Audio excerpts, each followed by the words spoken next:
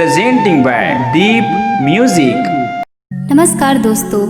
नए नए छत्तीसगढ़ी गाने सुनने और देखने के लिए हमारे दीप म्यूजिक चैनल को अभी सब्सक्राइब करें और बेल आइकॉन के बटन को क्लिक करें।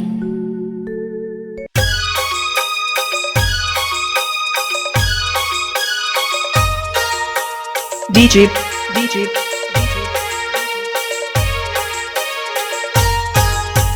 Virendra Production Lava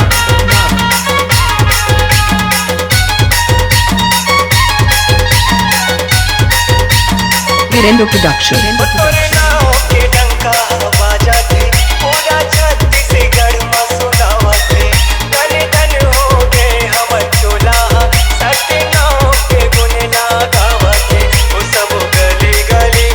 DJ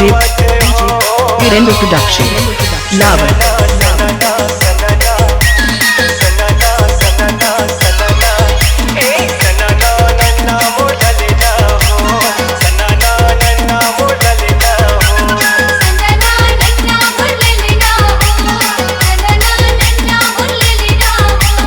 DJ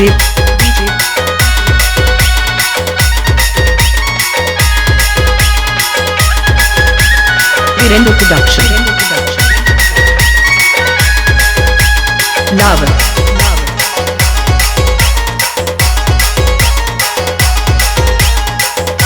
DJ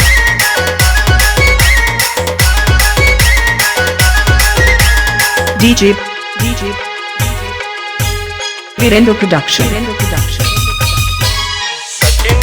Satnam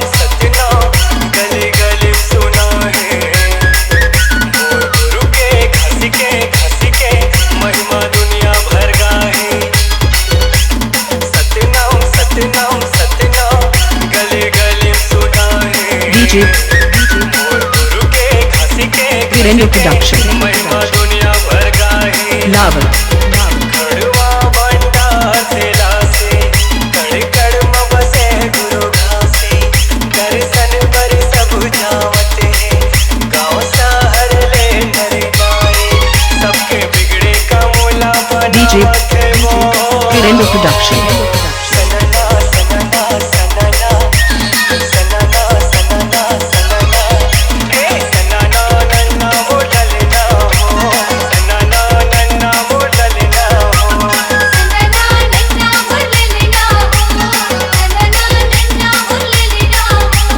DJ Virendra Production Lava भैया सबके जोते मिलते दीदी सबला मुक्ति जलाते भैया सबके जोते मिलते दीदी सबला मुक्ति छाता पहाड़ में जाबो चरण खोल के दर्शन पाबो गुरु नाम के रट के माला सरदा के फूल चढ़ाबो कीर्तन सेने बाबा के गुण DJ गाते हो। Virendra Production सनना सनना सनना ए सनना सनना सनना सनना नन्ना वो डलना हो सनना नन्ना वो डलना हो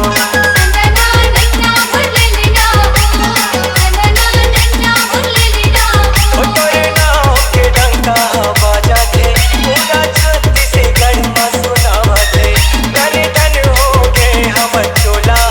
सतनाम के गुण गावते उस सब गाँव गली में DJ सुनावते वो Virendra Production